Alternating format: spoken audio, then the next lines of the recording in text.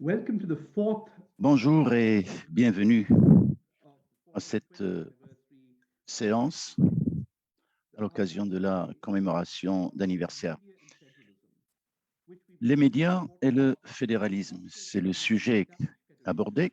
but also in many emerging federations where Évidemment, il y democracy a des fédérations émergentes federalism qui falls in the media, sont en train particularly de in se lancer in et countries that are dans becoming certains federations. pays But this is also true in en established particulier. federations. Given the complexity of Il y a évidemment media, cette it is very complexité difficult qui est bien as reconnue. Il est working devenu journalists difficile pour les to journalistes explain these complexities d'essayer to citizens d'expliquer and consumers. euh, In this ces choses context, compliquées we à look leurs at that history of the lecteurs, à leurs future of media consommateurs. around the world. If Et we donc, nous pause and avons rewind just a few examiné la years of situation à the travers le role monde. media played Et il est important de se concentrer sur in le rôle building de and ces supporting the médias maintenance of federal system. dans We have l'effort qu'ils font three pour very appuyer le distinguished système qui est en panelists, place. and I will Nous be the avons first turn un certain nombre d'intervenants ce moderator to introduce this matin. panel.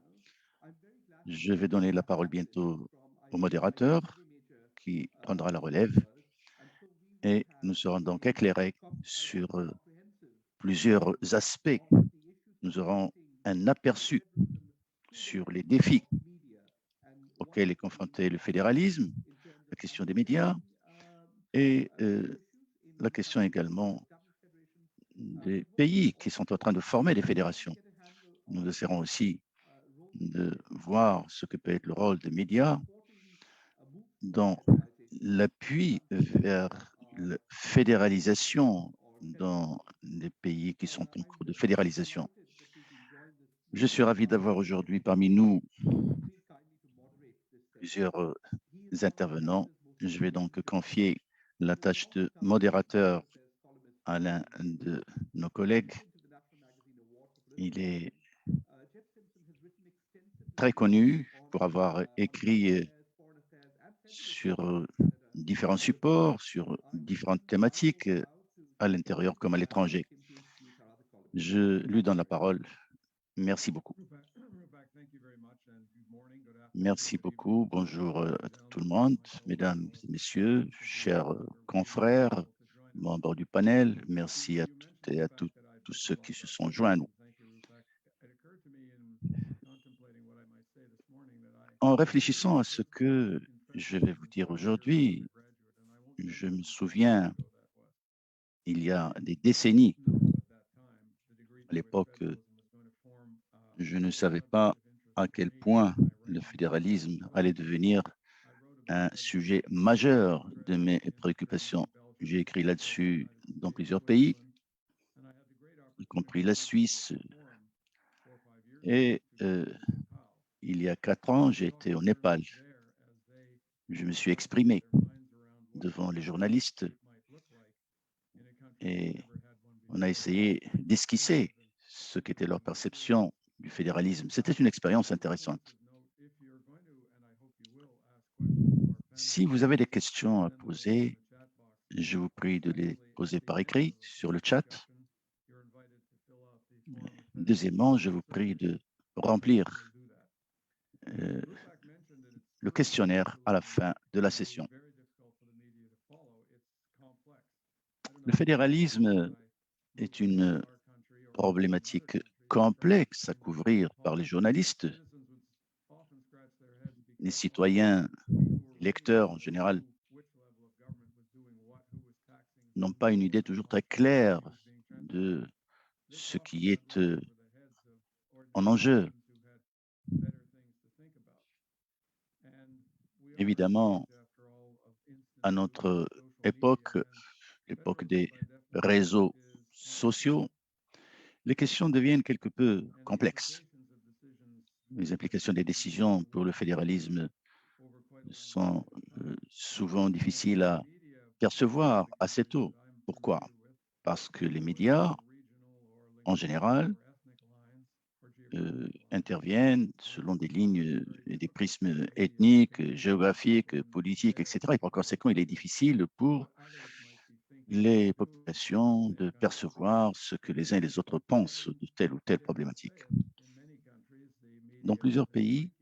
It's les ressources des médias sont devenues moins importantes et par conséquent, discuter du fédéralisme n'est pas toujours une priorité, et surtout quand on a des difficultés financières. Alors, lorsqu'on a des ressources financières réduites, qu'est-ce que cela a comme répercussions dans les pays? Évidemment, il y a des raisons économiques, sociales, politiques et autres dans différents pays qui font que les médias ne couvrent que ce qui intéresse leur propre filière, leur propre prisme.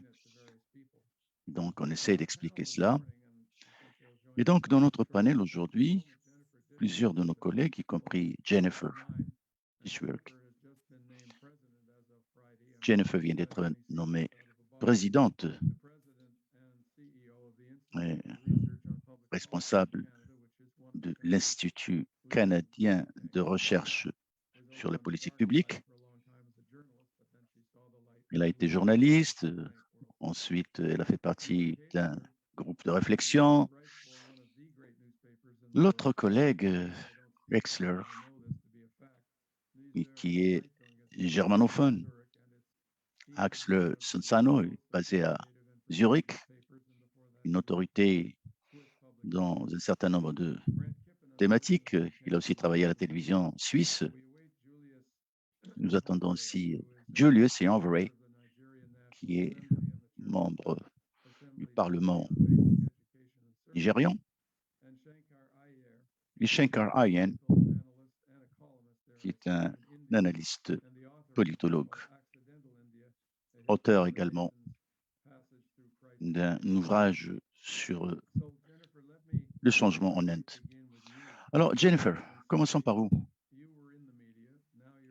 Vous étiez journaliste, aujourd'hui vous faites partie d'un groupe de réflexion. Vous serez d'accord avec ceux qui disent que les choses sont devenues difficiles. Mais que peuvent faire les gouvernements et les médias pour aider les populations à comprendre les dynamiques qui sont en cours? C'est à vous. Merci, Jeff. Alors, je commence par dire que l'année écoulée a été très intéressante pour les Canadiens. On a appris sur la division des pouvoirs.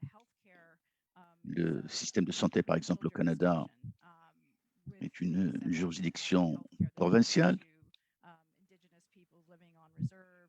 On fournit des prestations à des souches démunies de la société, alors que les vaccins, c'est une responsabilité fédérale, celle-ci. Alors, comment est-ce que les vaccins sont déployés? Qu'en est-il des structures nécessaires pour la réalisation de ces campagnes de vaccination, l'évolution de la campagne de cette pandémie? Il a donc été intéressant d'observer tout cela au cours de l'année passée. Et c'est intéressant de voir ce que fait le fédéral et ce que fait le provincial. Deux systèmes de gouvernement qui sont les uns et les autres impliqués dans différents niveaux d'intervention, qui ont donc des responsabilités à partager. Il y a évidemment un fardeau fiscal au Canada. Les provinces s'occupent des coûts de la santé publique, qui est un problème récurrent en termes de ce qu'est la quote-part du gouvernement fédéral et ce qu'est la quote-part des autorités provinciales pour ce qui concerne la santé publique. Conversation assez difficile et ça a été abordé par les médias d'une manière un peu superficielle et en particulier lors des conférences, là où les provinces demandent un budget plus important. Alors, il est difficile de voir comment est-ce que les choses évoluent. Et je pense à Walter Whitman des années 1920, qui avait suggéré qu'il y aurait une agence fédérale, une agence d'éminence grise qui communiquerait des des informations de toutes sortes publiques. Je ne suis pas tout à fait d'accord, sauf peut-être indirectement. Il y a évidemment différentes tâches que le gouvernement peut prendre en charge. Par exemple, peut aider à financer les médias. Au Canada, le gouvernement finance différents types de médias au Canada en raison des contraintes financières. Le gouvernement fédéral peut aussi aider en mettant davantage d'informations dans les guides destinés aux populations. Au niveau provincial, ici évidemment c'est beaucoup plus important, c'est le programme, le cursus des étudiants. C'est là où le gouvernement peut vraiment aider plus directement dans la compréhension de notre système fédéral canadien. Les médias ont un rôle très important à jouer du point de vue éducatif. Ce n'est pas toujours bien servi. Moi-même, j'ai constaté cela.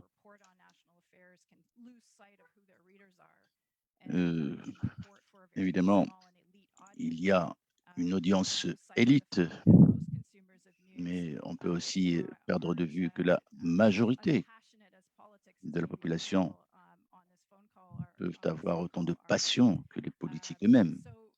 Donc,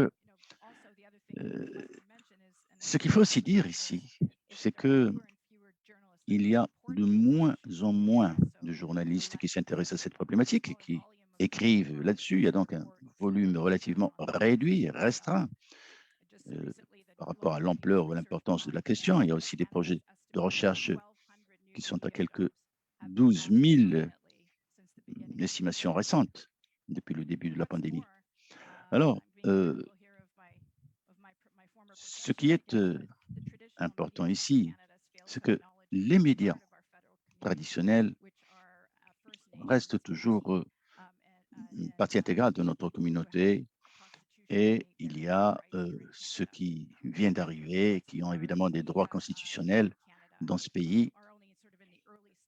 Et nous sommes au début de cette reconnaissance de l'échec par rapport à la reconnaissance de la diversité. Alors, en dernier lieu, j'aimerais dire aussi que il y a d'autres acteurs qui ont un rôle à jouer, tel que celui pour lequel je travaille, l'Institut de recherche sur les politiques publiques. Nous avons un centre d'excellence. Nous disséminons l'information sur les fédérations, sur les études, etc. Et à l'instar de beaucoup d'autres institutions, nous sommes en mesure de communiquer directement avec les citoyens.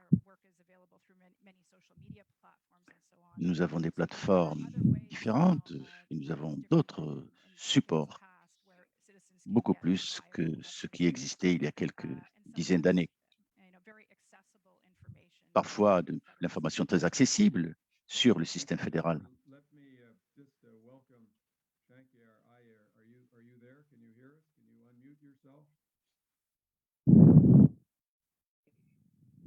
I can hear you well. I hope. Very nice to Thank you. see you. I had a bit of a tech glitch, so Don't worry. I've too late. Sorry introduced about that. I've introduced you. I've plugged your book.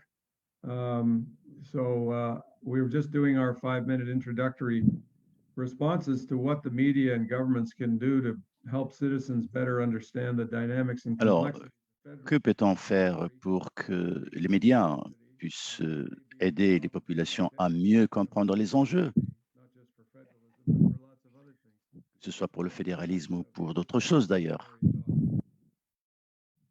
So, I mean, the cliché about India is that every few kilometers it changes. It is a nation of Ça change republics. énormément, It's a nation of ça change languages, beaucoup it's a nation of cultures, it's a en nation termes de of langue, languages, it's a de nation of culture, different kinds of governments. de différenciation du niveau, etc. So, Mais pour ce qui me concerne, directing the communication between the tactiquement, government la and governed communication entre les gouvernants et les gouvernés, c'est essentiellement entre les véritables acteurs, c'est-à-dire le gouvernement qui a essayé de diluer un certain nombre de concepts au cours d'une certaine époque. Et on voit en fait ce concept se déployer à travers le monde entier. Alors, que se passe-t-il en Inde, comme l'a dit Jennifer? C'est ce qu'on voit à travers le monde entier, ce qu'on voit à travers les médias du monde entier. Nous voyons n'importe quoi et n'importe qui en termes de rapports qui sont faits sur la politique. Beaucoup également est fait au niveau de la centralisation des médias. Et donc, il est clair que nous avons un déficit quant à la manière dont fonctionnent les gouvernements locaux, la manière dont est budgétisé le budget régional ou provincial et central. Et donc, en Inde, il y a des enjeux différents sur les manières dont les gouvernements dépensent les différents budgets. Alors, il y a des dates phares, 4 juillet par exemple ou autre, mais par la suite, on voit que le niveau suivant dans la hiérarchisation des gouvernements ne reflète pas la réalité de ce que les populations souhaitent savoir. Donc, vous avez le fédéral, donc au niveau fédéral, un budget est établi, mais peu d'informations filtrent quant à la manière dont il a été formulé, dont il a été organisé, dont il est prévu de dépenser. Ce qui est, par exemple, important, c'est ce que le gouvernement envisage de faire en faveur des citoyens, etc. Mais le déficit ici est que peu d'informations parviennent à la population. Donc, ce n'est pas vraiment un problème média ou un problème gouvernement, c'est plutôt un problème qui relève de ceux qui sont élus. Les corps constitués par les différentes assemblées, conseils et autres formes d'élus, eh bien, ils ne font pas ce qu'il faut. Il faut trouver les moyens, des moyens novateurs pour que ces problèmes soient réglés, que ce soit d'ailleurs au Canada ou ailleurs. Je crois que les élus doivent trouver des plateformes qui puissent expliquer ce que fait le gouvernement, ce qui est attendu par les populations, et il y a donc urgence à ce que l'on mette en place un système pour que les élus puissent s'acquitter de leurs tâches.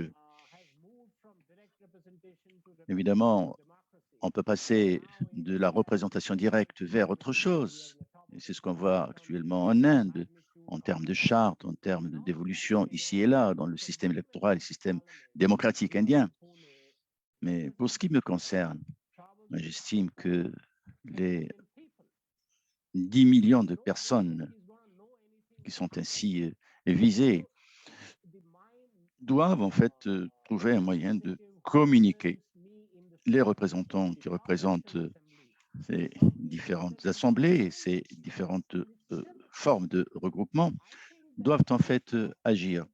Il y a donc une opportunité pour que les instituts, pour que la société civile en général puisse créer les structures qui permettront cette transparence.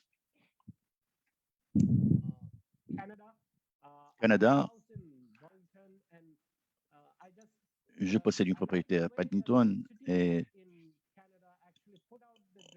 au Canada, il y a une certaine façon de publier les rapports, de communiquer sur la manière dont on va faire telle ou telle chose.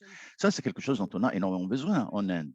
En Inde, nous avons un système selon lequel les élus ne communiquent pas de la manière attendue par les électeurs. Donc, il y a la société civile qui est en deçà d'avoir ce à quoi il a droit en matière d'information.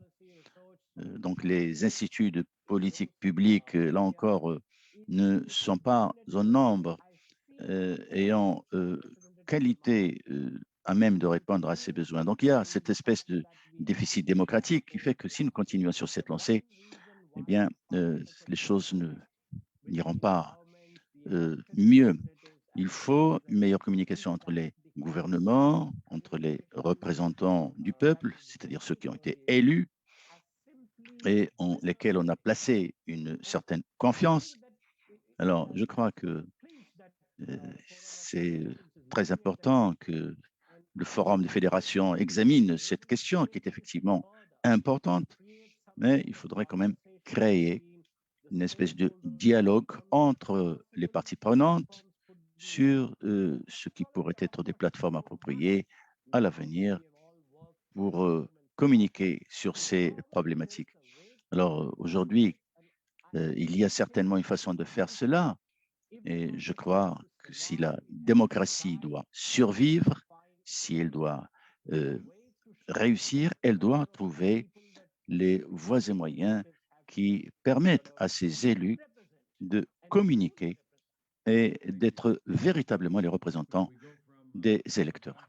Merci. Nous allons d'un pays vaste vers un autre type de pays.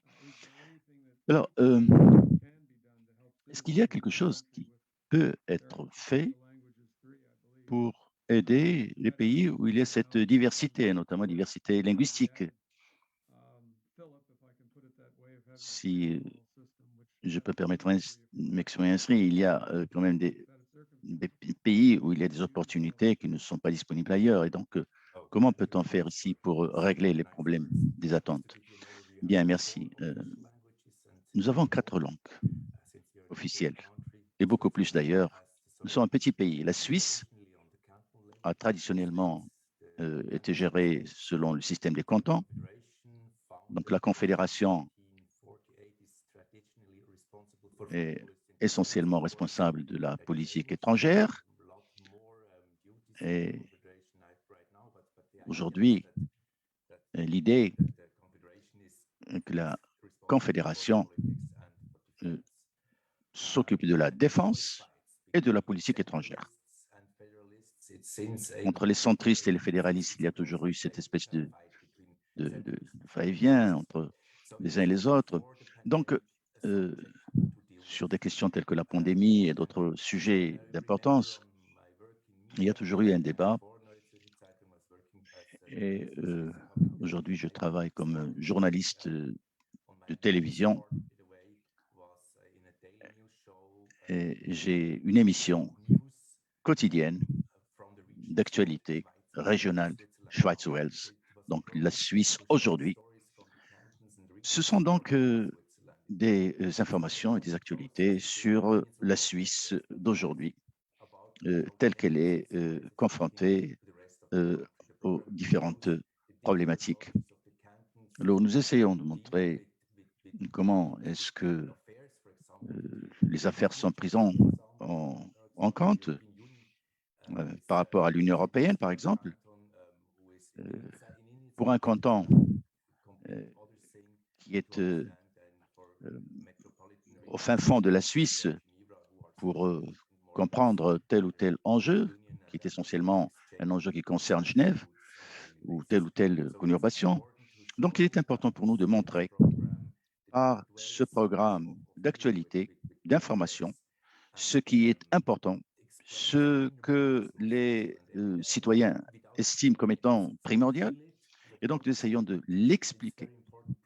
Parfois, les choses sont faciles à déployer, les gens peuvent sentir que telle ou telle chose se passe, mais ils ne comprennent pas. Donc, l'idée pour nous, c'est de faire comprendre les enjeux, les tenants, les aboutissants. Et donc, pour nous, pour que ça réussisse, il y a des efforts qui sont déployés à différents niveaux. Au début, c'était comme un rêve qui s'exprimait, mais petit à petit, à partir de 19 h chaque soir, l'audience se rétrécit jour après jour. On se demandait pourquoi d'ailleurs. On se prenait au début pour un dinosaure, mais on se rend compte finalement que l'intérêt suscité au niveau des auditeurs n'était pas aussi important. Donc, au départ, il fallait prendre conscience de cette réalité. Il faut donc prendre conscience de ce qu'est la réalité du terrain. Et par la suite, la pandémie est arrivée et les priorités ont été chamboulées. Le ministère de la Santé est devenu le premier responsable de la gestion de la pandémie. Et au début, une loi sur la pandémie a fait que la responsabilité incombait au gouvernement fédéral. C'était quelque chose de nouveau, très nouveau pour le pays, alors qu'auparavant, c'était les municipalités, c'était à la base que ça se décidait. Et donc, voilà un début de changement. Et nous avons aussi commencé à prendre conscience de cette réactivité de la population. Il était devenu très important d'expliquer, y compris en utilisant le dialecte local dans les différents cantons, pour que les uns et les autres comprennent réellement ce qu'est la problématique et comment est-ce qu'elle s'impose. Donc, en fin de compte, l'idée, c'est de renforcer la résilience. L'idée, c'est de protéger le système politique suisse. Et l'idée, c'est aussi d'expliquer le système et de faire en sorte que ce fédéralisme reste vivant. Voilà. Merci beaucoup pour cette intervention.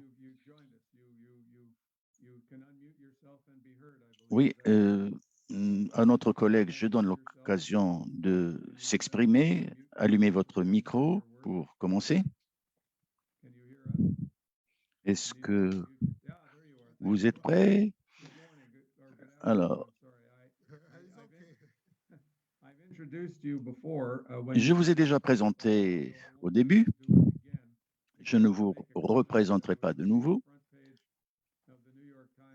Je lisais hier la première page du New York Times et on parle de déclin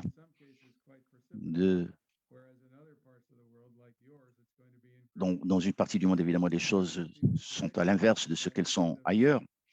Et il est certain que le Nigeria aura une population beaucoup plus importante que celle de la Chine dans quelques décennies. Alors j'imagine que ce genre de fait pose évidemment un problème et c'est une problématique qui est abordée par les gouvernements pour comprendre donc les complexités du fédéralisme. Que pouvez-vous nous dire? Je vous remercie beaucoup. Je suis ravi d'être ici. In several respects, a work in progress. Dans plusieurs aspects, le fédéralisme au Nigeria est toujours un projet en cours. Il y a beaucoup de contradictions entre les unités constituantes du pays et le gouvernement fédéral, et ces divisions se creusent. Cela a mené à l'émergence à plusieurs groupes régionaux qui exigent que la structure actuelle du fédéralisme soit changée. Donc aujourd'hui, au Nigeria, nous parlons beaucoup de la structure de notre fédéralisme, mais les origines des problèmes actuels se trouvent dans le gouvernement militaire que nous avons eu pendant plusieurs décennies. Et ce gouvernement militaire a défédéralisé la structure politique. Aujourd'hui, nous essayons de refédéraliser le pays, mais malheureusement, il y a beaucoup d'intérêts, beaucoup de tendances qui ont déjà été figées sous le contrôle unitaire des militaires. Donc, la structure politique aujourd'hui a une relation directe à l'accumulation du capital, si vous voulez. Je vais vous expliquer cela. Le gouvernement fédéral du Nigeria est si puissant que les États fédérés et les gouvernements locaux ne sont que des bras, des mains et des pieds de ce gouvernement fédéral. Et les élus au niveau des États fédérés n'ont pas le pouvoir qu'ils devraient avoir dans le cadre de la Constitution qui a été imposée par le gouvernement militaire. D'après la Constitution,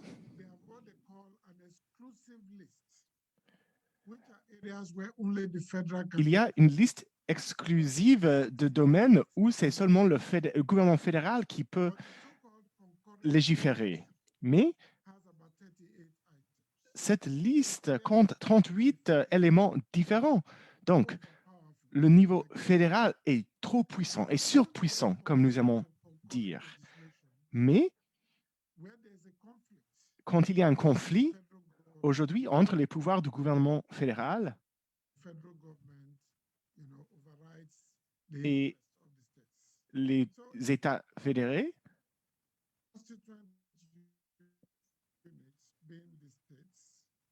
les unités constituantes, les États fédérés et le gouvernement central à Abuja essayent de s'accaparer de toutes les ressources, de tous les pouvoirs de la sécurité nationale. Et parce que les États fédérés sont si pauvres, ils doivent aller à Abuja tous les mois pour partager les revenus fédéraux. Cela a créé un système au sein duquel le gouvernement fédéral gère tout. Et si on parlait de la pandémie de la COVID-19,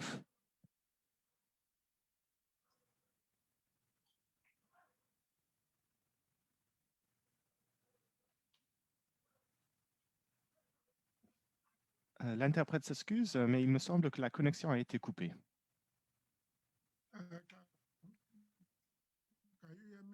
Est-ce que vous m'entendez? Oui. On vous a perdu pendant un moment, mais on vous entend maintenant. Allez-y. Merci, merci beaucoup. Donc, les médias au Nigeria s'affaiblissent, deviennent de plus en plus faibles. Et en général, nos médias sont plus libres que les autres pays de l'Afrique de l'Ouest, mais il y a toujours un contrôle fédéral et des représentants du gouvernement qui se mêlent dans le travail des médias. Donc, les Nigérians lisent beaucoup d'interprétations différentes de la relation entre le centre et les unités constituantes de notre pays. Malheureusement, pour le pays entier,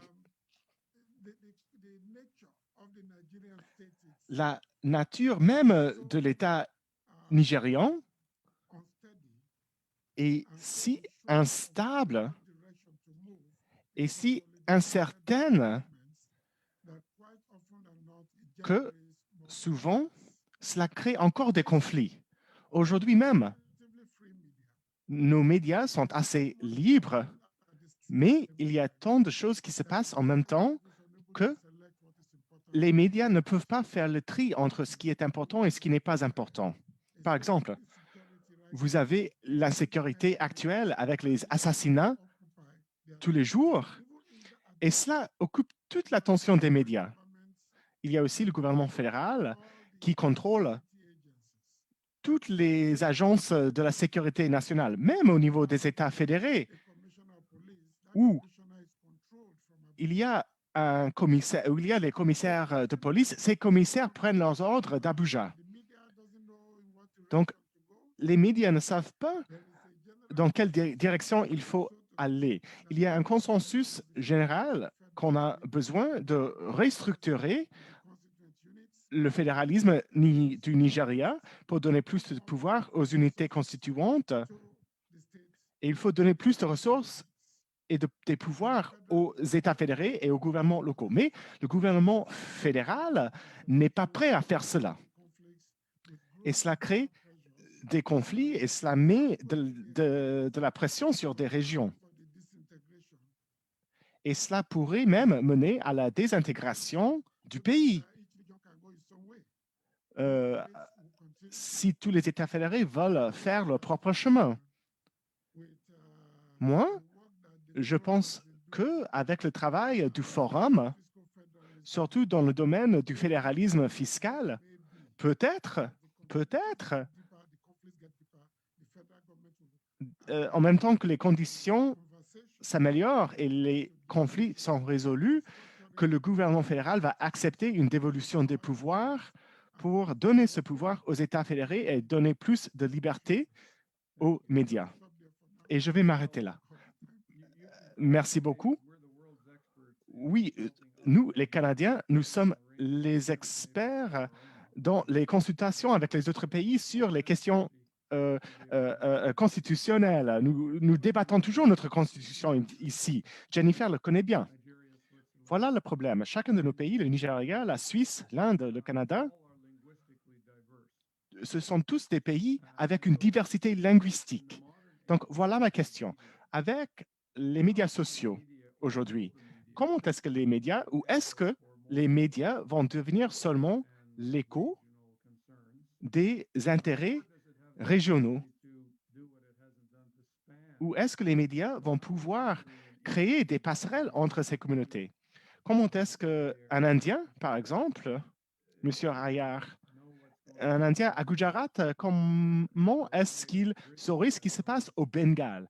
Est-ce qu'il y a une façon de réduire cette distance entre ces deux États fédérés de l'Inde? Ou est-ce que les médias ne couvrent que des événements locaux? Il faut allumer le micro, s'il vous plaît, Monsieur Ayar.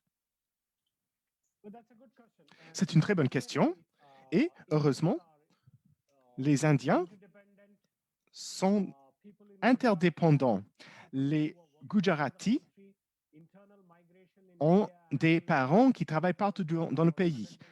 Il y a environ 100 millions de personnes qui sont des migrants internes au sein de l'Inde. Les gens voyagent pour l'éducation, pour le travail, après s'être mariés. Et si vous regardez la carte de l'Inde, aujourd'hui, la plupart des investissements ciblent le sud de l'Inde, le Maharashtra, le Gujarat et aussi la Karnataka, où nous avons Bangalore, la Silicon Valley de l'Inde. Donc, les gens se déplacent beaucoup. Donc, les Indiens s'intéressent à ce qui se passe dans les autres régions du pays. Et les journaux, les chaînes de télévision donnent beaucoup d'informations sur ce qui se passe dans les autres régions du pays. Les médias sociaux sont aussi un environnement très actif, vibrant. Comme dans beaucoup d'autres pays, le gouvernement de l'Inde a des différends avec Twitter et avec Facebook. Aujourd'hui, même, on parle beaucoup sur Facebook et sur Twitter sur la possibilité de la prohibition de cette plateforme par le gouvernement indien. Le gouvernement vient d'instaurer un nouvel système pour les médias sociaux. Donc voilà, les gens partagent les informations, partagent les vidéos à travers le pays, peu importe les barrières de langue. Et la plupart des Indiens parlent plus de langues. Moi-même, je peux en comprendre 5 langues et je peux m'exprimer en 4. Donc, la langue elle-même n'est pas un problème pour nous. Bien sûr, on va avoir des problèmes. Parce qu'en Tamil Nadu, si vous parlez en hindi, c'est comme une déclaration politique presque. C'est comme si on allait à Paris et on parlait en anglais. On aurait des problèmes. Donc, il y a certains problèmes, mais les Indiens sont interdépendants. Nous sommes une population, un peuple très connecté. Le problème le plus grand, c'est que la plupart des nouvelles importantes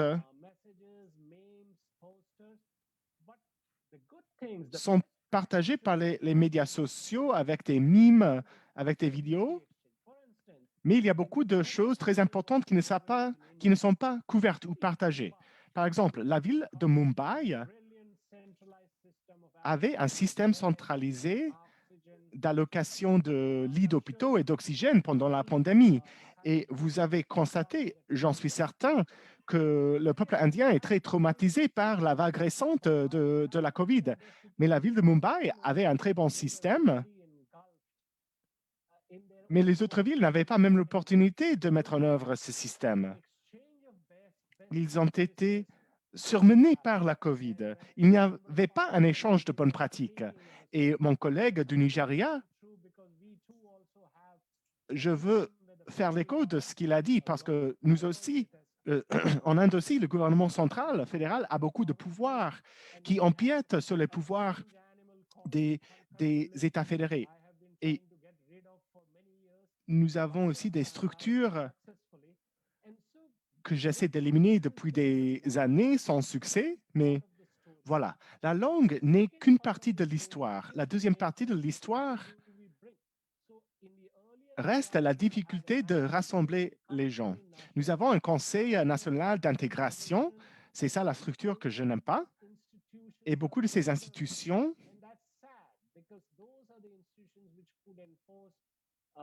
ne font pas respecter ou ne facilitent pas l'échange d'idées. Donc, pour moi, la langue n'est pas le problème principal. La technologie a beaucoup à nous offrir dans la réduction de ces barrières. Et en général, les Indiens sont multilingues et ils comprennent encore plus de langues qu'ils ne parlent pas. Il y a aussi des différences culturelles. Vous avez par exemple les gens au Cachemire qui aiment manger un plat de l'Inde du Sud pour le petit déjeuner, par exemple. Et dans le sud de l'Inde, on mange des parathas, un pain qui vient du Punjab. Donc, ces interdépendances sont très bien établies. Et pour moi, la langue n'est pas le problème principal. Mais il faut quand même faciliter l'échange de bonnes pratiques. Et je pense que les médias sociaux, si nous pouvons trouver un moyen de vérifier les comptes sur les médias sociaux des élus ou des représentants de la société civile comme moi ou comme Jennifer, nous pouvons répondre aux questions de la population sur les médias sociaux. C'est là où nous allons pouvoir avoir le plus grand effet. Il y a 180 sociétés qui se sont réunies à New York pour parler du capitalisme et des réseaux sociaux, mais nous avons besoin d'un partenariat public-privé pour faciliter ce débat. Jörg, est-ce que je peux vous poser une question? La plupart des Suisses que j'ai rencontrés parlent plusieurs langues. Mais si je lisais un journal suisse et j'étais à Genève, par exemple, dans la Suisse francophone, est-ce que le journal alémanophone pour lequel vous travaillez, est-ce que ce journal en allemand ferait attention à ce qui se passe à Genève ou dans la région francophone ou pas?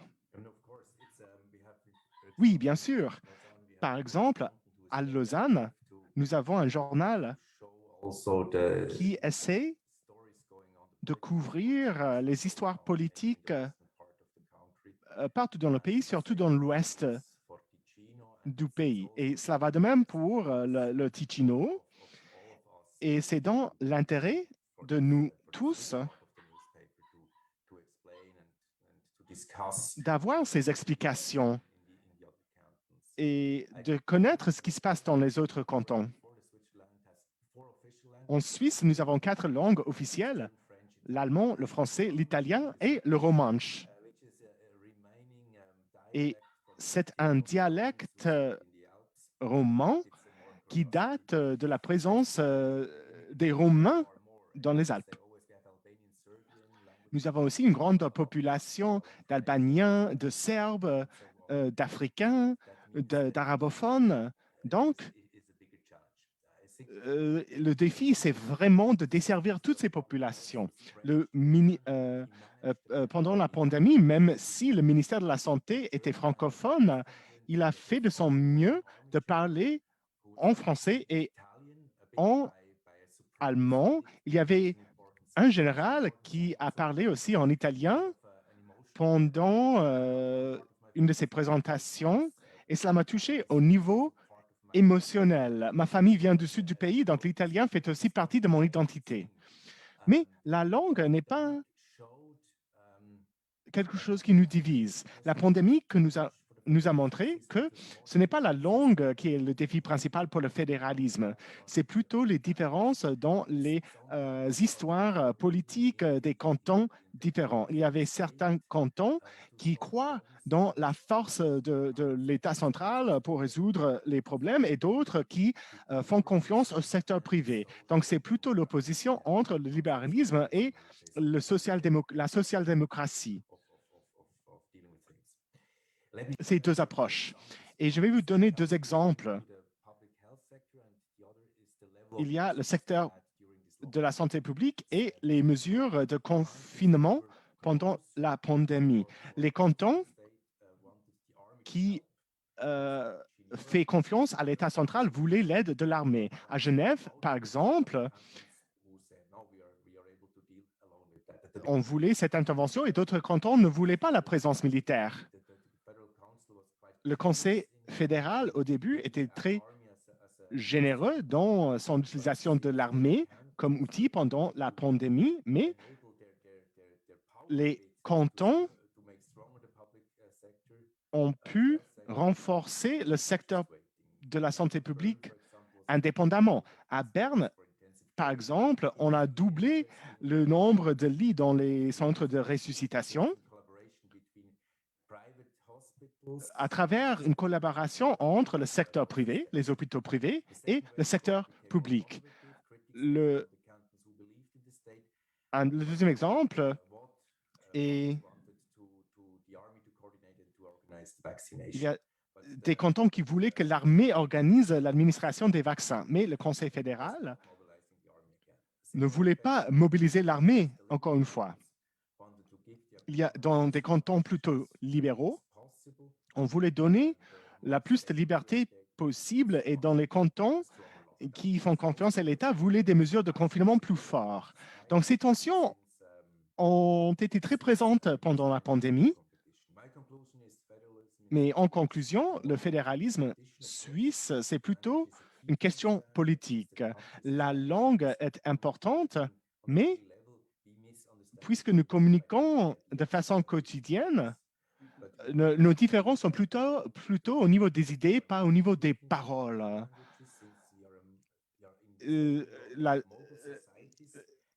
Nous vivons aussi dans une société mobile, donc on ne peut pas s'attendre à ce qu'un migrant va apprendre immédiatement un de ces dialectes allemands un peu bizarres. Il faut aussi pouvoir communiquer avec ces personnes qui sont hispanophones, arabophones. Donc, nous, les médias, doivent penser à comment nous pouvons contribuer à cela. Et voilà une des conclusions que j'ai tirées de la pandémie.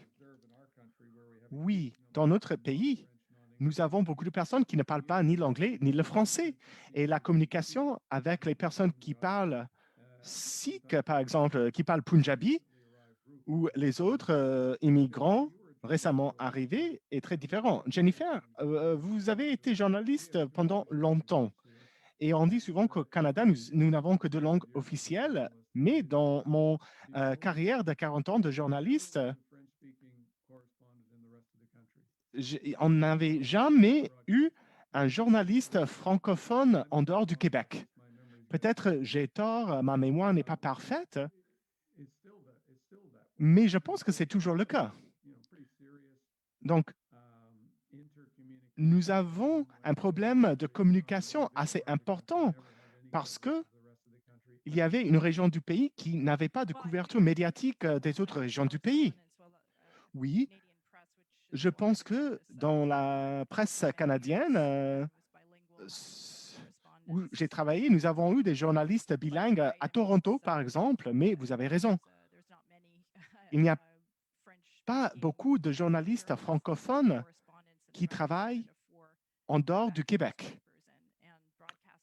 pour les journaux québécois, par exemple, même pour les journaux québécois. Il faut aussi se souvenir du fait qu'aujourd'hui, les gens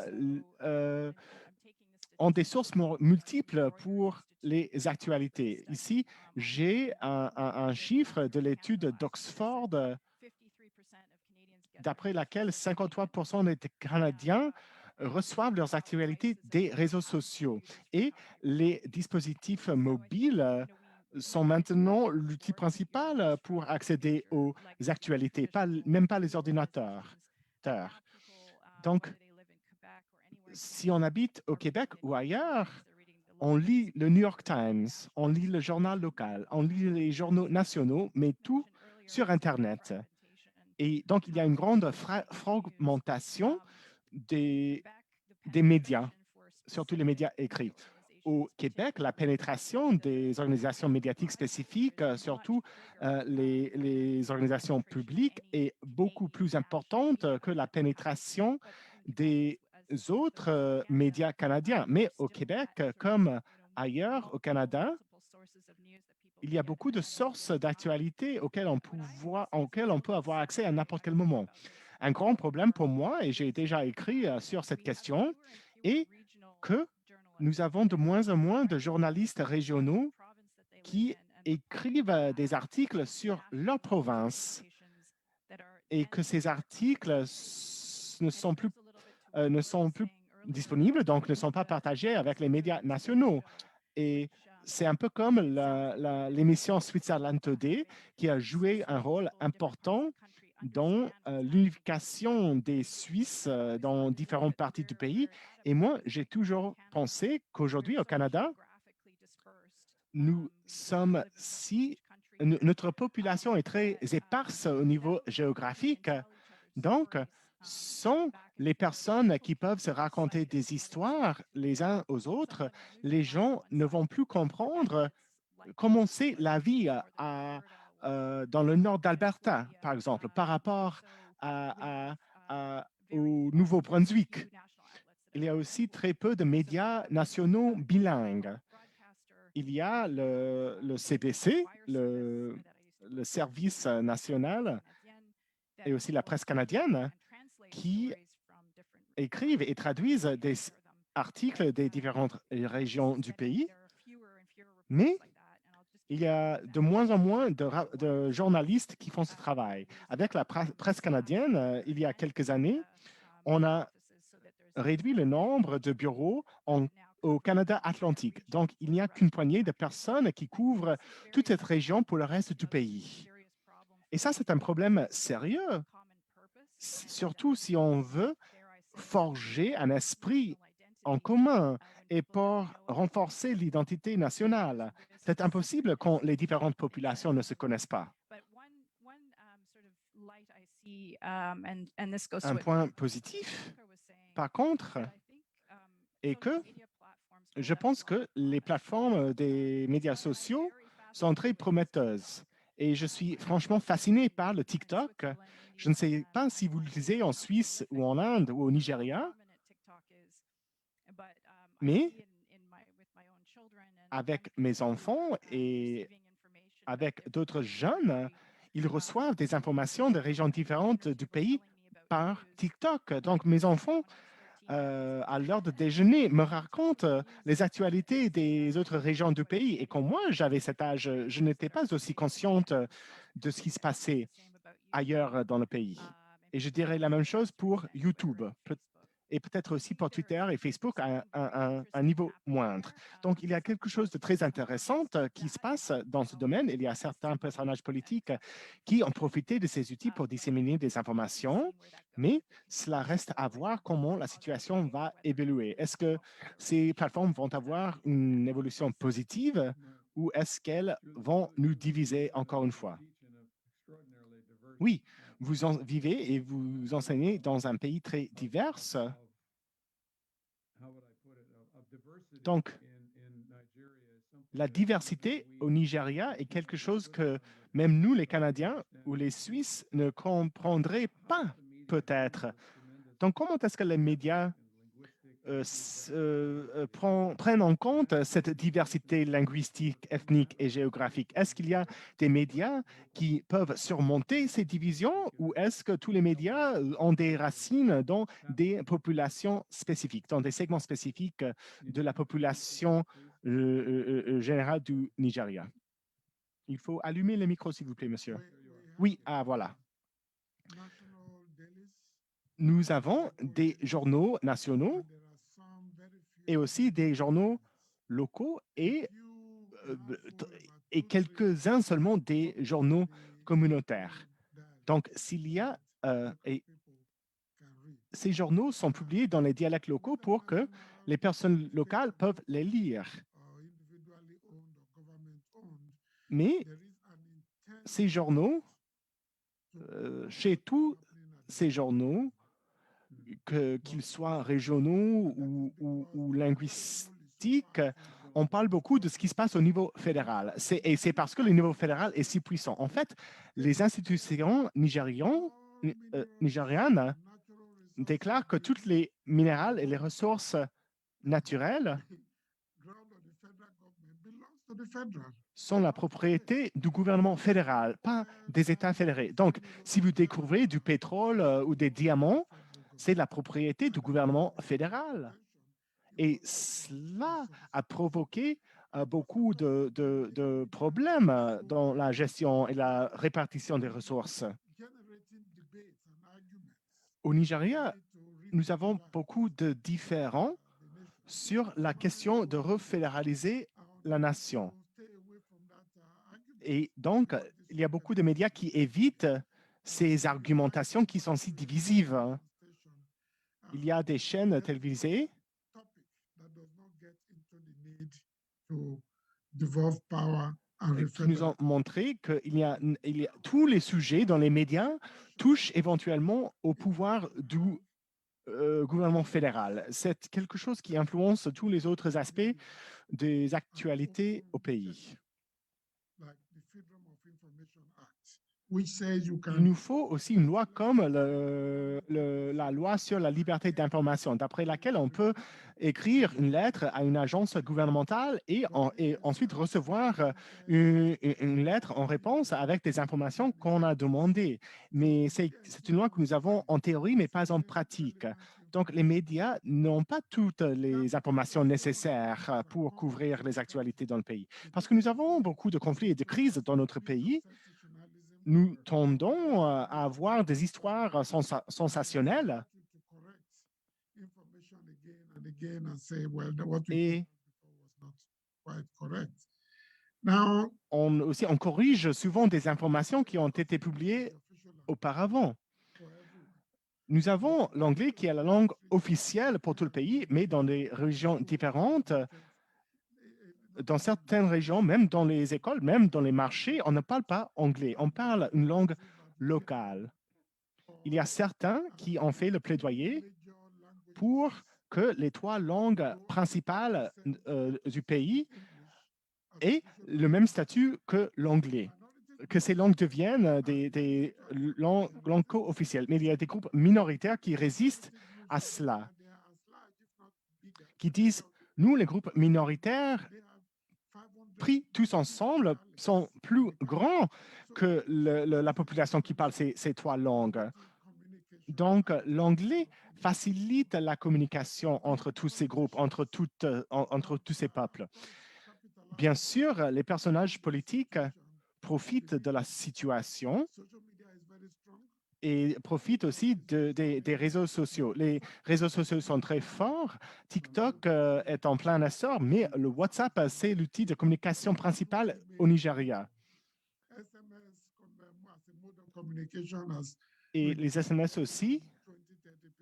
sont présents, mais aujourd'hui, WhatsApp il ne représente que 20 à 30% de la messagerie. Et aussi, les jeunes communiquent très facilement sur les réseaux sociaux et même les décideurs politiques sont présents sur les réseaux sociaux. Donc, ils vont suivre ce que les jeunes sont en train de dire.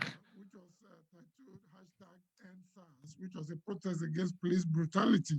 Évidemment, tout cela permet de s'exprimer, notamment pour ce qui concerne la brutalité policière. The entire Et nation. il y a en fait à travers They were surprised. toute la nation Young people were able to raise money des voix des uns et des autres qui s'élèvent contre la violence de la police.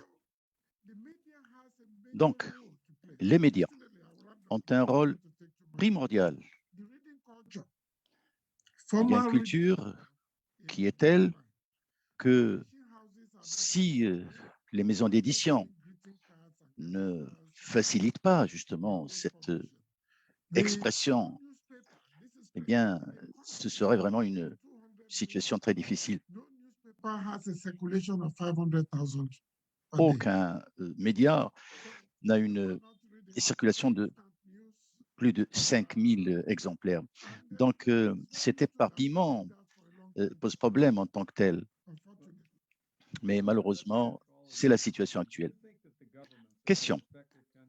Croyez-vous que le gouvernement, compte tenu de ce qu'a dit Jennifer il y a quelques instants, pensez-vous que le gouvernement devrait faire quelque chose quand on voit ce que fait TikTok et les autres médias similaires?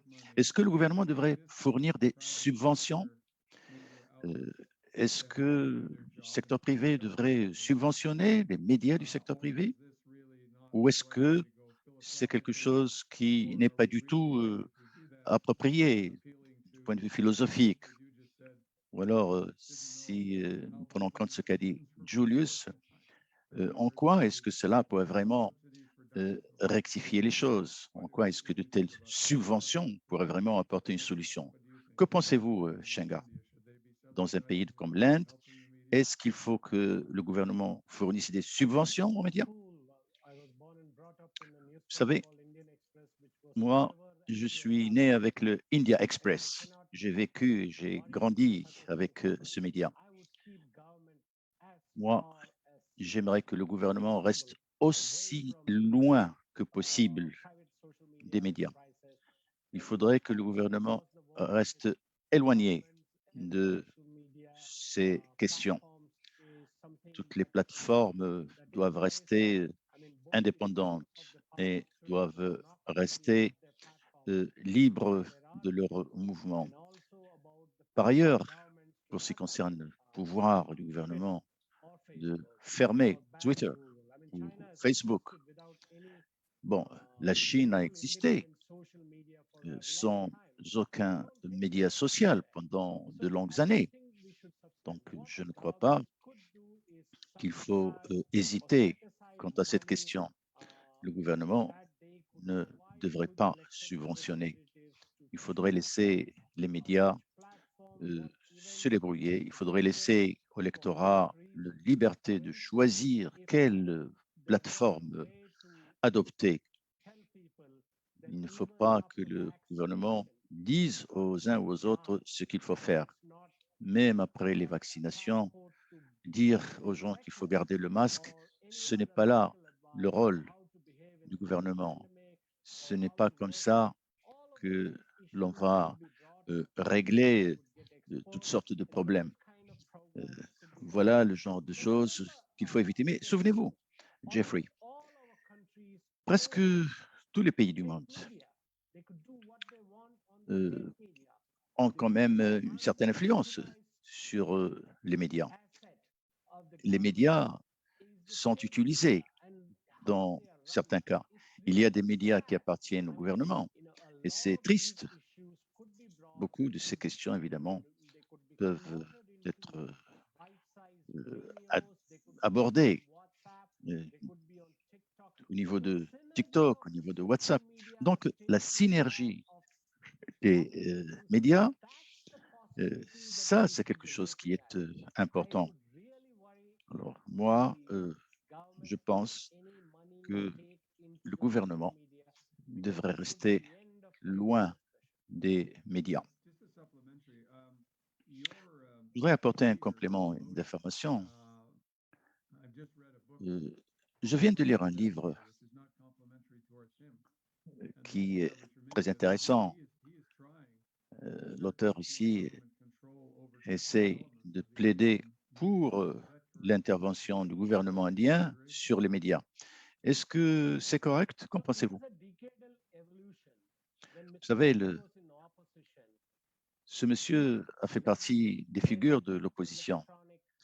Il a essayé d'utiliser toutes les plateformes possibles et imaginables pour communiquer, que ce soit YouTube, Facebook, Channel, WhatsApp, tout ce que vous voulez. Alors évidemment, lorsqu'on a fait partie du pouvoir pendant des années,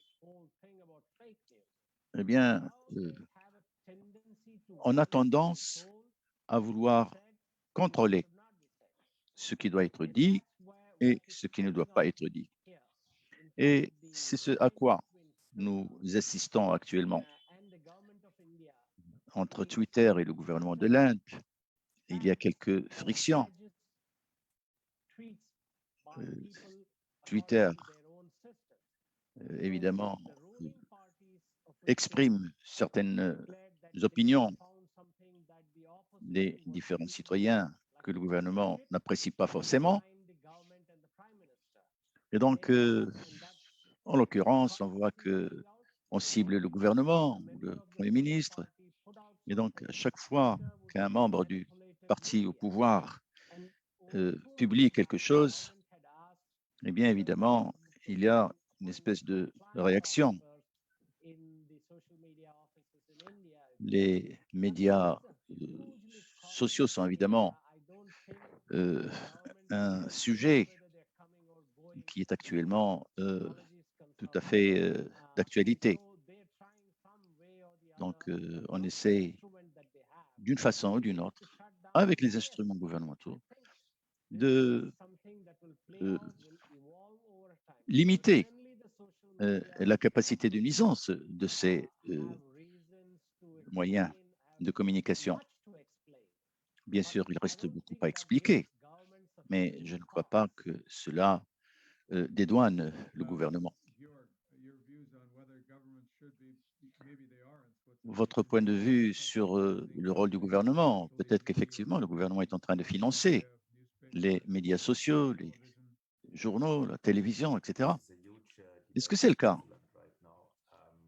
Oui, voyez-vous, nous avons le même phénomène au Canada. Ce qu'on vient de décrire, c'est quelque chose que je connais très bien. Comme vous savez, il y a des radios publiques et d'autres médias publics. Et étant donné la situation, il faut quand même que ces moyens de communication reflètent les mêmes thématiques abordées par les médias sociaux. Donc, il y a actuellement une situation dans laquelle nous avons les médias libéraux qui commencent à s'intéresser à un certain nombre de thématiques. L'État, évidemment, est enclin à apporter une forme, une note de soutien, mais d'un autre côté, il y a les business models des médias qui, évidemment, évoluent. Parfois, nous avons cette situation dans laquelle nous voyons évidemment ceux qui veulent apporter leur appui, d'autres qui ne le souhaitent pas forcément. Et lorsqu'on écrit sur le mode de fonctionnement qui est le nôtre, évidemment, ce n'est pas toujours une chose aisée. Les entreprises, évidemment, ont tendance à soutenir les médias Et d'un autre côté, évidemment, il y a une réaction. Donc, c'est donc beaucoup plus important de prendre part à ce genre de débat. Quoi qu'il en soit, nous essayons de refléter ce qu'est la réalité, en particulier par rapport à des problématiques d'intérêt, que ce soit pour ce qui se passe en Autriche ou ailleurs dans notre région. Mais en tout cas, le marché numérique n'a toujours pas le type de puissance et de force qui pourrait le mettre en situation comparable avec les médias traditionnels. Quoi qu'il en soit, il faut quand même en prendre compte. Julius, avez-vous un point de vue sur cette problématique? Est-ce que l'État doit s'impliquer et apporter son soutien aux médias? Et si tel est le cas, est-ce que cela pourrait apporter un plus dans certains pays, même si on dépense de l'argent à la couverture de la criminalité, par exemple, ou telle marque de voiture, etc. Bon, je peux répondre pour le Nigeria en vous disant que le gouvernement, à travers les télévisions, à travers les chaînes de radio, etc., ne fournira jamais des subventions à ces médias. Deuxièmement, moi je crois qu'il faut que le gouvernement reste aussi loin que possible. Donc, le Nigerian Star, c'est pratiquement le seul média qui est proche du gouvernement. Et vous pouvez être sûr que tant que le gouvernement reste éloigné des médias, eh bien, mieux ce sera pour tous. Évidemment, chaque fois qu'il y a des interventions de l'État, il y a des problématiques.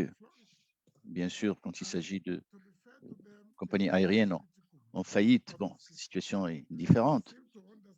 Mais il semble que actuellement, le gouvernement comprend très bien où sont les enjeux et ce que sont les lois d'équilibre entre le gouvernement fédéral et les autres centres de pouvoir, que ce soit les parlements ou autres.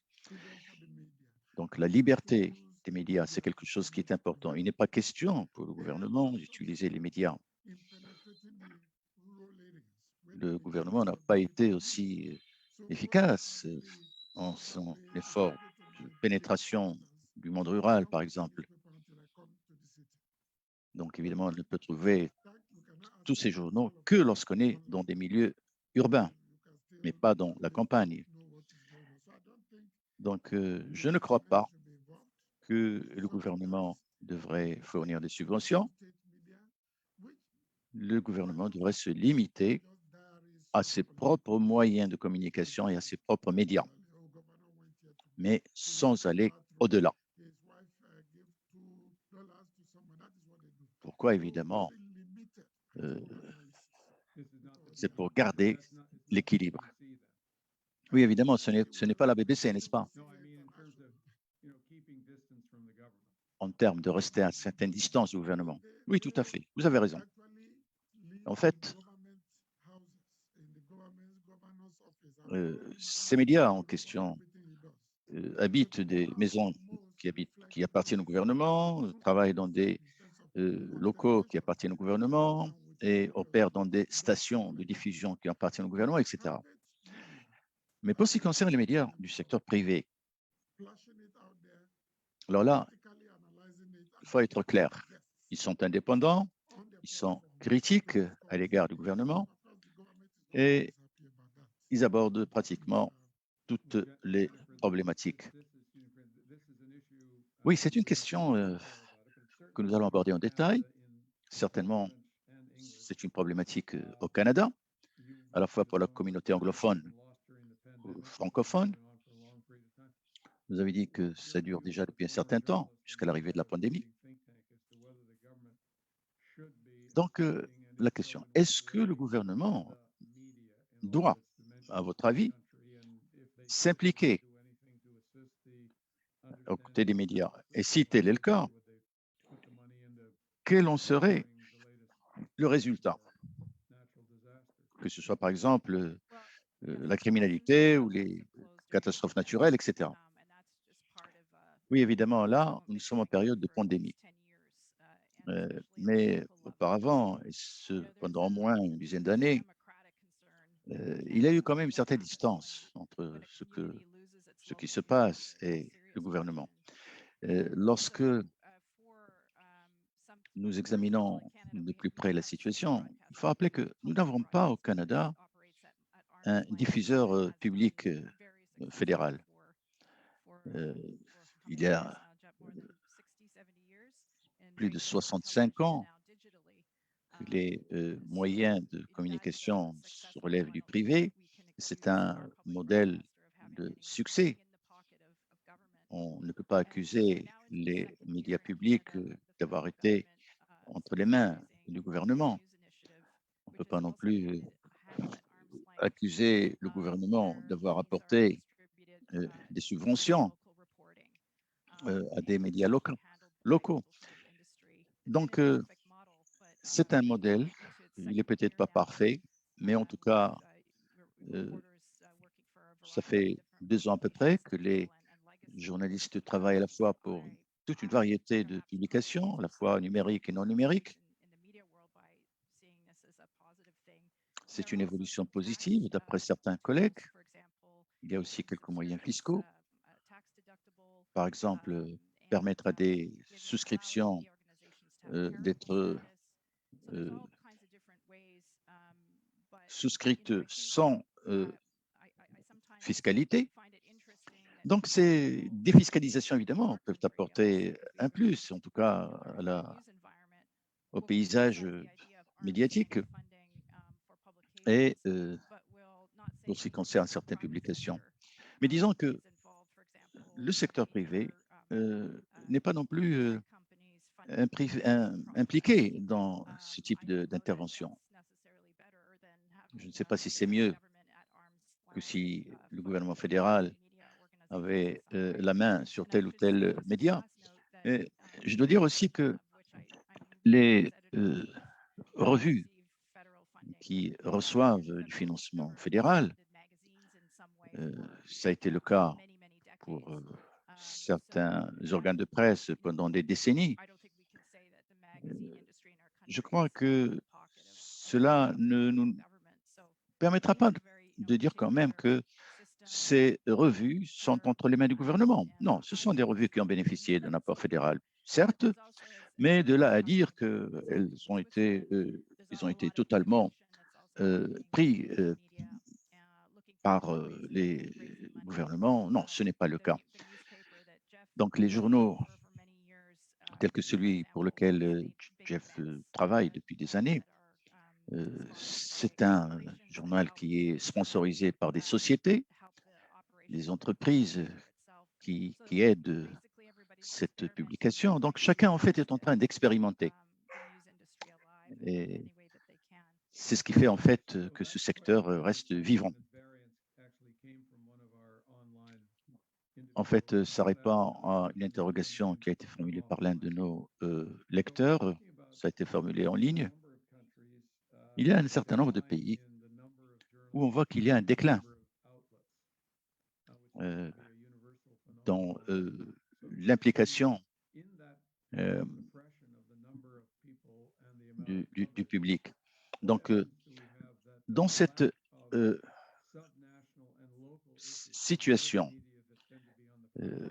les médias essaient d'être quand même à l'avant-garde et essaient de refléter ce genre de préoccupations.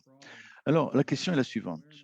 Dans quelle mesure est-ce que cela peut impacter les efforts qui peuvent être faits par le gouvernement, ou est-ce qu'il y a simplement une exagération à ce niveau? Bon, pour répondre à cette question importante d'ailleurs, je dirais que en Suisse, nous avons les choses qui se passent essentiellement au niveau des cantons. Donc, il n'y a que à un seul ou deux niveaux que nous pouvons observer ce genre d'implication du fédéral. Mais en tout cas, le système politique en Suisse fonctionne en bulle, c'est-à-dire le public relation des hommes politiques se joue essentiellement au niveau fédéral ou au niveau de l'État. Et il y a donc cette grande bulle. Et puis, au niveau local, au niveau du canton, c'est les électeurs qui sont en fait au centre du jeu. Il y a des sites web ou encore il y a des sociétés politiques, mais ils n'ont pas la même présence, n'ont pas la même force que ce qui peut se décliner sous forme de site web, par exemple. Les mêmes partis politiques sont tout à fait conscients de cette réalité. C'est une bulle que l'on retrouve au niveau du Parlement, au niveau politique. Et donc, c'est une source de préoccupation finalement. Quant à vous, Schenker, vous avez une grande diversité dans votre pays. La dilution des médias en Inde, est-ce que c'est quelque chose que l'on ressent localement aussi bien qu'au niveau fédéral? Je crois que c'est vrai. Moi, je me souviens quand j'ai commencé, c'était tout à fait la situation. Il y avait une hiérarchie qu'il fallait suivre. Il y avait évidemment une situation telle que il y avait en fait l'édition entre guillemets noire et l'édition tout court. Et donc, il y avait une énorme disparité. La hiérarchie étant ce qu'elle est, on pouvait accéder à ce qui se passait d'une manière ou d'une autre. Mais il y avait quand même cette dichotomie entre les deux extrêmes. L'idée, évidemment, c'est de permettre aux toutes petites structures de survivre, de manière à ce que les nouvelles puissent être disponibles à travers toute l'Inde pour que les populations puissent prendre connaissance de ce qui se fait, ce qui se passe dans telle ou telle partie de l'Inde ou de l'étranger. Donc l'idée, c'est qu'il y ait quand même une information pour ceux qui vont aller chercher cette information et la suivre. Alors, ce qui s'est passé, c'est que les petites structures, les petits journaux avaient quelques difficultés. Aujourd'hui, nous avons cette bande passante très étroite. Quand vous avez M. Bezos, par exemple, qui a les moyens, et en Inde, vous avez M. Mone qui est un richissime personnage. Donc, il y a, si vous voulez, cette réalité. Les tout-petits n'ont plus beaucoup d'opportunités, mais ont quand même la possibilité de survivre malgré tout, même sous la pandémie. Alors, la deuxième problématique, évidemment, c'est la hiérarchisation des nouvelles. L'Indian Express ou le Globe Mail avaient, à un moment donné, des millions de souscripteurs. Aujourd'hui, la situation est différente. Il y a un grand nombre de plateformes, il y a une information de qualité, il y a des journalistes de renom, et donc la situation est quand même différente. Et donc le gouvernement ne peut pas se permettre de fermer ces systèmes. Donc, lorsque nous parlons de la bonne gouvernance au niveau des gouvernements locaux, je crois que la manière dont l'information arrive quand même à destination, c'est quelque chose qui est critique. Alors moi, j'ai vu ça à travers le monde entier. Comment est-ce que les journaux peuvent-ils survivre? C'est là où on voit toutes ces difficultés pour certains, ce que la fiscalité peut faire pour d'autres, et ainsi de suite. Donc, en fonction des environnements, en fonction de la gouvernance, eh bien, cela me rappelle qu'il y a quand même des fondements pour la démocratie. Très intéressant. Alors, il y a aujourd'hui le New York Times, par exemple, où nous constatons qu'il y a un grand nombre de souscripteurs au Canada. New York Times, on le trouve à travers le monde entier, dans le monde hispanique, hispanophone, y compris le Mexique, l'Argentine, ou encore le monde, dans le monde francophone. Nigeria, la BBC est un peu partout. Donc, il est intéressant de voir qu'il y a quand même toute une série de changements.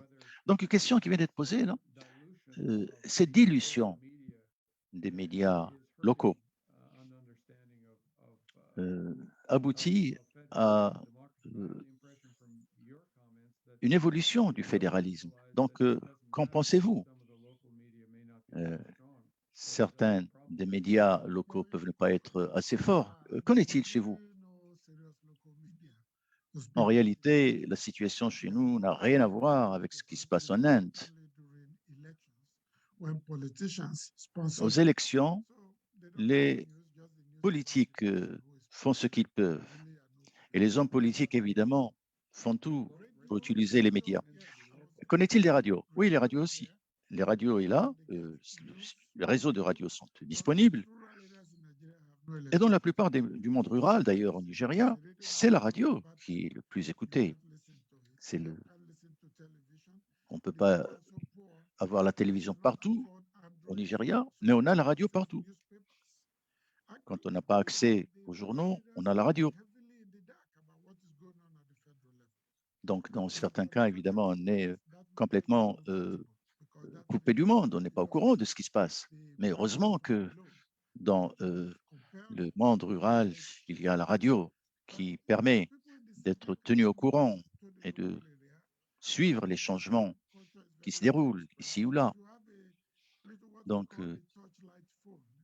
quand vous avez des utilisations sporadiques, évidemment, nous avons comme l'effet de torche qui fait que on a quelques éclairages ici, mais pas là, etc. Donc, ça devient assez diversifié. Il y a des conversations de différents niveaux, au niveau de la gouvernance locale. Évidemment, on peut discuter ce qui se passe à tel niveau. On peut voir que la survie, elle est ce qu'elle est. On essaie évidemment de survivre avec les interventions de l'État ici ou là. Évidemment, tout dépendra de ce que l'on perçoit dans la gouvernance. Mais nous avons une situation qui est ce qu'elle est. Nous avons l'élite qui profite de la situation. Et lorsque nous parlons du changement politique, c'est d'abord au niveau fédéral qu'il s'agit de rectifier les choses et ensuite tout coulera de source. Dès lors que nous nous intéressons à cette image, nous finirons évidemment par prendre conscience de ce que permet la Constitution et ce qu'elle ne permet pas. Il y a donc plusieurs innovations qui sont en cours et lorsque nous prenons en compte ce qui se passe, il y a quand même un coût. La situation est ce qu'elle est dans le monde urbain, mais elle est aussi évolutive dans le monde rural. We cannot replace the people in Même si determining nous avons été élus par le peuple, nous ne pouvons pas remplacer le peuple dans le cadre de la Constitution. Ces personnes peuvent être ruraux ou villageois, mais ils ont leur propre avis sur ce qu'ils veulent que le gouvernement fasse. Donc, les pouvoirs des fonctionnaires et des représentants du gouvernement dépendent de ce peuple. Il va falloir beaucoup de temps avant qu'on peut faire confiance au gouvernement. Ça, c'est un défi du fédéralisme. On n'a pas la confiance que le gouvernement a le profit de tout le peuple en tête. Donc, voilà les problèmes avec la structure du pouvoir public dans mon pays.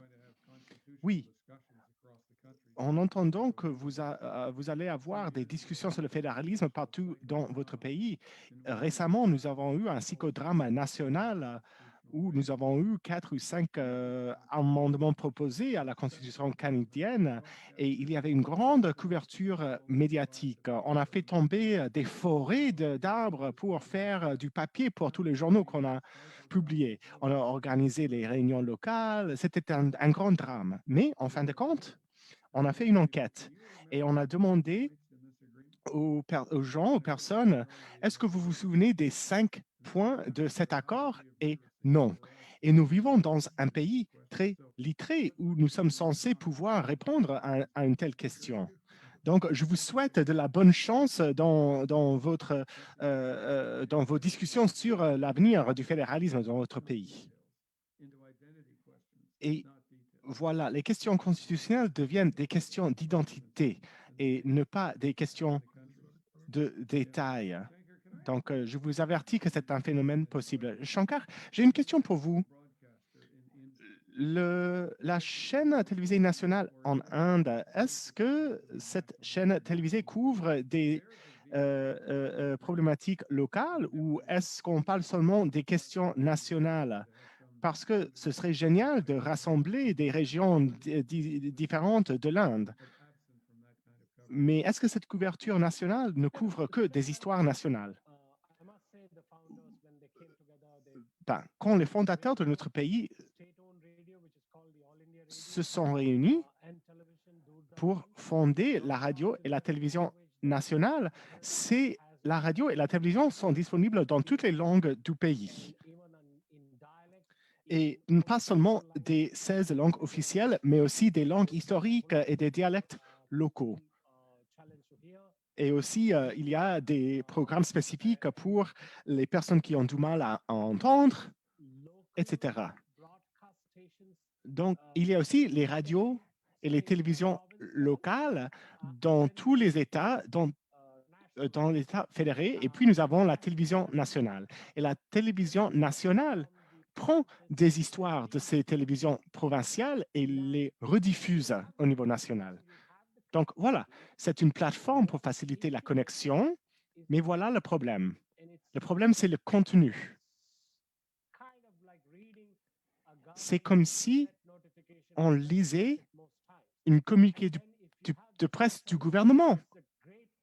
Et s'il y a un débat, ces débats sont vraiment la panacée pour l'insomnie. On va s'endormir rapidement en essayant de suivre ces débats. Comme Julius a dit, tout ce que le gouvernement touche a l'atteinte de la médiocrité. Et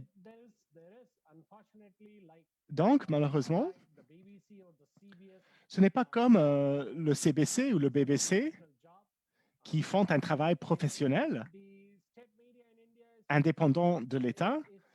En Inde, nos médias étatiques habitent dans un univers parallèle. Il y a des personnes au sein du système qui essayent de faire marcher tout cela, mais ce n'est pas suffisant. Quand j'écoutais les commentaires de mon collègue Julius, j'ai été frappé par quelque chose qui est peut-être commun à tous nos pays. Le gouvernement pourrait donner des subventions aux médias comme un revenu de base universel. Cela financerait une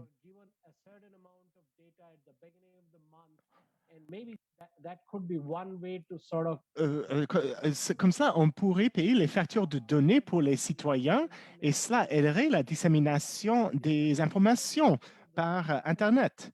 Cela laisse à côté la question des portables et ce n'est pas tout le monde qui a un mobile avec un écran tactile. Mais peut-être nous pourrions mettre en place des kiosques communautaires au coin des rues ou près des centres des villages. Et on pourrait offrir des nouvelles dans plusieurs langues sous format audio et visuel. Il y a plusieurs options à suivre. Un des fondateurs de la Constitution indienne a dit en 1950 qu'il faut faire attention à cette expérience qu'on appelle la démocratie. Parce que si nous échouons, cet concept d'un gouvernement pour le peuple, par le peuple et du peuple va être perdu. Ou si on a un gouvernement du peuple, on va abandonner ces idées d'un gouvernement par le peuple et pour le peuple. Donc voilà, il faut réparer l'architecture de l'État. Donc la langue, c'est une problématique aussi, l'accès, le prix. Et là, c'est une discussion vraiment essentielle, nécessaire. Et je suis content de faire partie à l'événement d'aujourd'hui. Enemy of federalism? Because federalism is complicated. Donc, est-ce que le smartphone, le portable intelligent, est-ce que le smartphone, c'est l'ennemi du fédéralisme? Moi, souvent, je vois des gens qui utilisent les smartphones qui qui avalent toutes les informations qu'ils reçoivent sans y penser. Donc, est-ce que je suis seulement pessimiste en tant que personne âgée ou est-ce que ça n'a pas aidé le fédéralisme? La communication va toujours avoir des effets positifs et négatifs. Les 140 caractères du Twitter ne sont pas suffisants pour parler de l'échec de nos États ou pour organiser un débat sur les variants de la COVID. Mais c'est un outil utile pour partager un lien vers YouTube, par exemple. Et les portables améliorent aussi l'accès des citoyens aux informations. Je pense qu'il faut faciliter la connectivité et permettre aux personnes d'accéder à la source de ces informations. On pourrait utiliser un portable pour accéder à un webinaire sur Zoom. Donc voilà, il y a des aspects positifs. Au cours de l'année passée, beaucoup de publications ont dû organiser des événements en virtuel sur Zoom, sur WebEx et sur des autres plateformes aussi. Ces événements permettent l'organisation, la réception des questions, etc. Donc, là, peut-être, c'est un exemple de ce que cette technologie peut faire, mais c'est toujours un travail en cours. Est-ce qu'il y a d'autres commentaires sur cela? Oui. En considérant, quand je pense à la publication dont je suis l'éditrice en chef, la plupart de nos clics, de notre trafic vient des utilisateurs des portables. Et nous ne sommes pas une grande publication, nous sommes un journal de la politique publique assez spécialisé avec des articles sur des questions compliquées, mais dans un langage assez direct. Mais aujourd'hui, quand on prend son portable en main, on va cliquer sur un lien intéressant et on va lire l'article. Donc, de ce point de vue-là, les portables peuvent avoir un effet démocratisant sur l'accès à l'information parce qu'auparavant, on aurait dû payer l'abonnement à un journal pour avoir ces informations. Maintenant, toutes ces données sont gratuites. Et ce n'est pas seulement le cas pour les médias traditionnels. Nous sommes un journal numérique, mais en Amérique du Nord, il y a beaucoup de publications informelles qui sont devenues un outil très important pour partager des informations, surtout au niveau local, au niveau d'une ville, par exemple, ou au niveau d'un quartier où les gens partagent des informations par des mails mensuels ou même quotidiens. WhatsApp, on a parlé à plusieurs reprises de cette appli. Moi, j'ai de la famille en Amérique latine et là-bas, WhatsApp a créé des problèmes parce qu'il y a beaucoup de mauvaises informations partagées, disséminées par cette voie. Nous n'avons pas eu les mêmes problèmes en Amérique du Nord. En Amérique du Nord, le WhatsApp n'est pas aussi puissant que dans d'autres régions du monde, mais c'est peut-être quelque chose à surveiller. Personnellement, je suis optimiste de toutes les voies par lesquelles les actualités sur la fédération, sur la politique peuvent être partagées aujourd'hui. Il y a beaucoup plus de voix que quand nous étions petits. Je ne veux pas que je veux que la pandémie touche à sa fin pour qu'il ne faut plus parler de la pandémie pendant toutes nos réunions. Mais je vais maintenant vous poser une question sur les pandémies. Nous avons vu tous et chacun, tous les gouvernements nationaux, provinciaux, locaux, etc., qui prennent en charge cette crise sans précédent. Mais d'après vous, est-ce que les citoyens de nos pays respectifs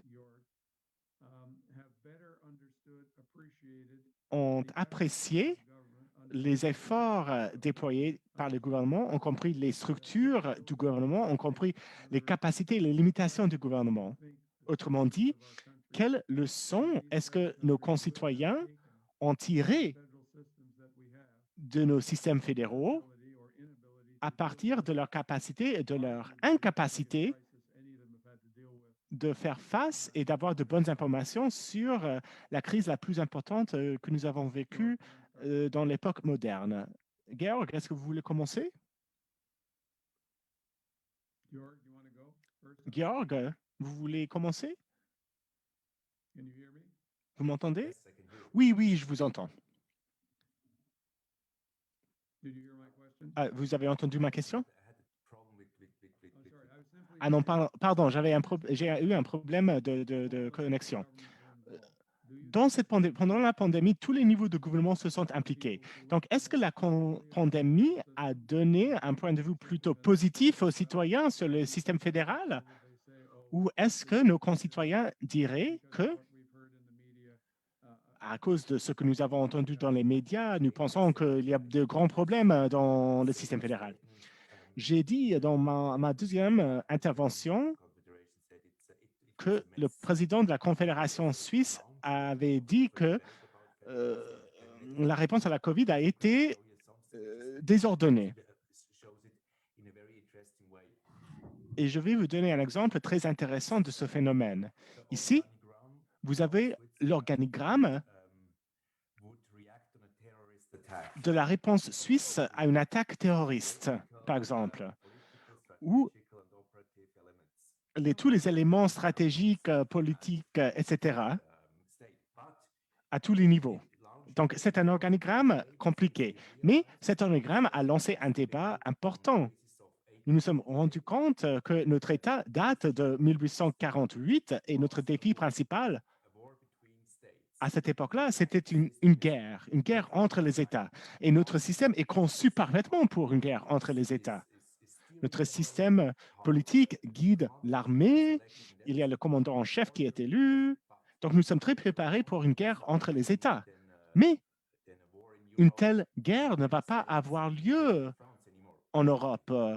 ce n'est pas concevable que l'Allemagne va déclarer la guerre à la France, par exemple. Mais les attaques terroristes, les attaques des mauvaises informations et des conflits en dessous du niveau de la guerre sont les problèmes d'aujourd'hui. Donc, nous faisons face à des défis nouveaux avec le même système fédéral. Et la pandémie nous a aidés à réfléchir à tous ces problèmes.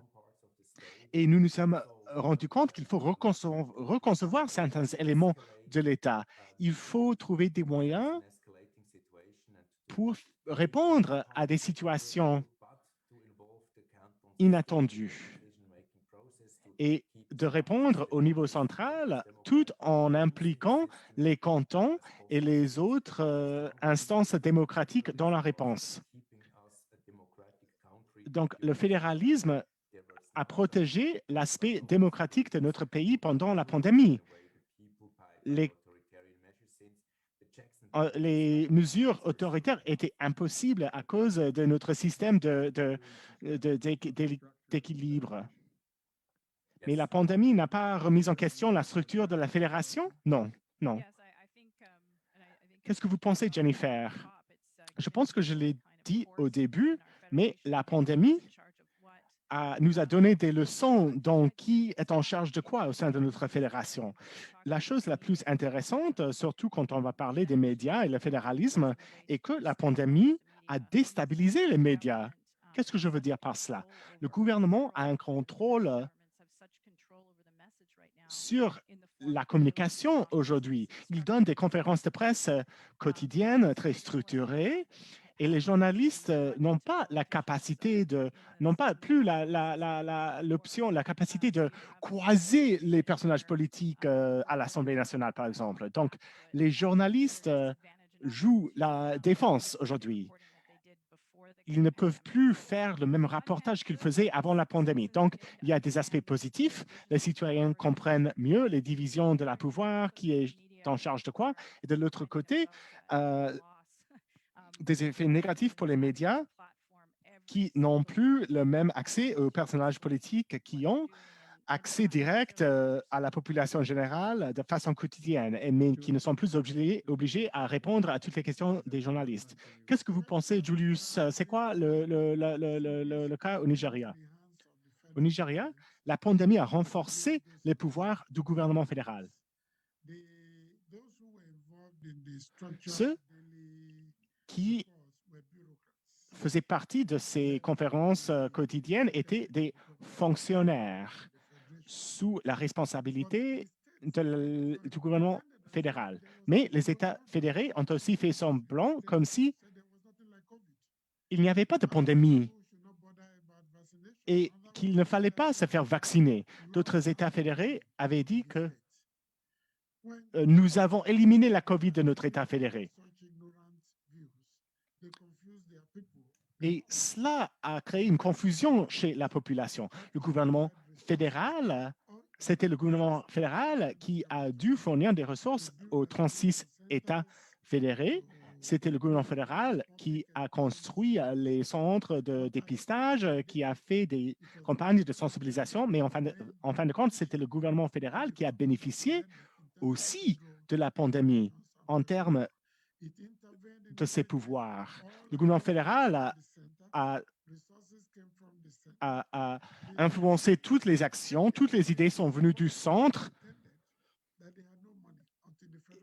et les États fédérés faisaient semblant de ne pas avoir de l'argent et ont demandé de l'argent au gouvernement fédéral. Il n'y avait rien qui se passait au niveau local. Les gouvernements locaux faisaient semblant comme si la COVID n'existait pas.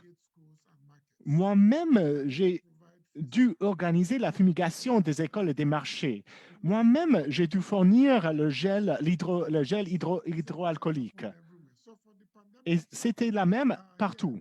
Donc, ici, les États fédérés, les gouvernements locaux n'ont pas été au niveau dans leur réponse. Et cela a renforcé les pouvoirs des institutions du gouvernement fédéral et central, qui étaient déjà très forts. Oui, le gouvernement fédéral était déjà très fort. Shankar, je vous donne la dernière parole. Comment est-ce que l'image du gouvernement du fédéralisme a évolué en Inde pendant la pandémie? Dans chaque État fédéré, le gouvernement a essayé d'influencer le narratif autour de la pandémie. Et pendant la première vague et le premier confinement, tout était neuf. Mais avec la crise du travail migratoire et pendant la deuxième vague, ce sont les médias qui ont le contrôle du narratif sur quel vaccin, quel est le meilleur vaccin, ce qu'il faut faire. Donc, les médias en Inde font des rapports sur des zones rurales aussi, et certaines de ces informations ont atteint des publications internationales sans la volonté du gouvernement fédéral. Mais l'impact sur le fédéralisme et sur la fédération a été intéressant. C'est comme si tout le monde est autour d'un patient qui se fait opérer et tout le monde se dit, est-ce que cette opération est en train de marcher? Et qu'est-ce qu'il faut faire? Qui devrait faire quoi? Donc, il y a beaucoup de curiosité autour de quelle partie du gouvernement devrait faire quoi et quand. Quel financement devrait être disponible où et quand. Donc, oui, la pandémie a ouvert un peu les esprits de la population aux questions sur l'importance des gouvernements locaux, surtout pendant la deuxième vague. Et les provinces telles que Delhi et Uttar Pradesh, où les gouvernements ont eu du mal même à faire semblant d'avoir un gouvernement efficace. Et ça a provoqué aussi des questions sur le rôle du gouvernement fédéral dans la gestion de la fourniture de l'eau, par exemple, des vaccins. Donc, la situation est très intéressante et nous avons aujourd'hui plus de questions sur la qualité, qui vont améliorer la qualité de notre démocratie. Donc voilà, c'est un résultat positif de la pandémie qui a un si grand nombre d'effets négatifs.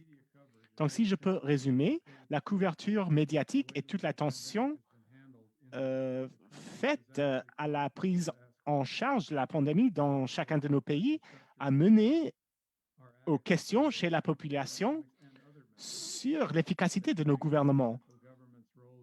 Et donc, au Nigeria, le gouvernement fédéral a été renforcé pour bon ou pour mauvais. Georg nous a parlé des gouvernements locaux en Suisse. Donc, en gros, c'est un peu pervers, mais la pandémie a eu des effets positifs pour ces aspects. Rupek, qui est au Canada, a un problème de connexion. Donc, ce n'est pas lui qui va vous remercier. Donc, c'est moi qui va vous remercier de la part du Forum des fédérations. Merci Jennifer, Georg, Shankar, Julius. Et je veux conclure en demandant au public de remplir l'enquête après l'événement. Ah, Rupak est là. Il a rétabli sa connexion. Donc, à vous, Rupak. Merci beaucoup, Jeff, d'avoir joué le rôle de modérateur pour ce panel si intéressant. Donc, il y a une maison en train d'être construite en face de chez moi et on vient de couper notre ligne téléphonique. Donc, voilà, c'est un peu stupide, mais voilà la raison pour laquelle j'ai perdu mon connexion. Donc, merci beaucoup à Julius, à Jennifer, à Shankar et à Georg. La discussion a été très riche. Je pense que nous avons beaucoup appris et je suis tout à fait d'accord avec les conclusions que Jeff a tirées de cette discussion. C'est un peu pervers, mais la pandémie a focalisé l'attention des médias sur le fédéralisme et sur le qui fait quoi. Et en tant que utilisateur de Twitter, et je pense que Shankar et Jennifer aussi utilisent Twitter, il est toujours intéressant de voir comment les personnes qui s'intéressent à la politique sur Twitter, mais pas dans la vraie vie, ont aujourd'hui une meilleure compréhension de qui fait quoi, comment et pourquoi. Je ne sais pas si cet effet va perdurer, mais voilà.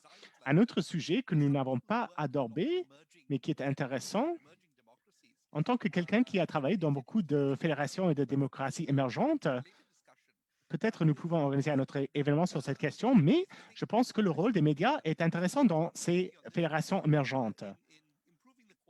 Si on veut améliorer la qualité de la démocratie, du comportement des gouvernements et d'autres parties prenantes dans une démocratie,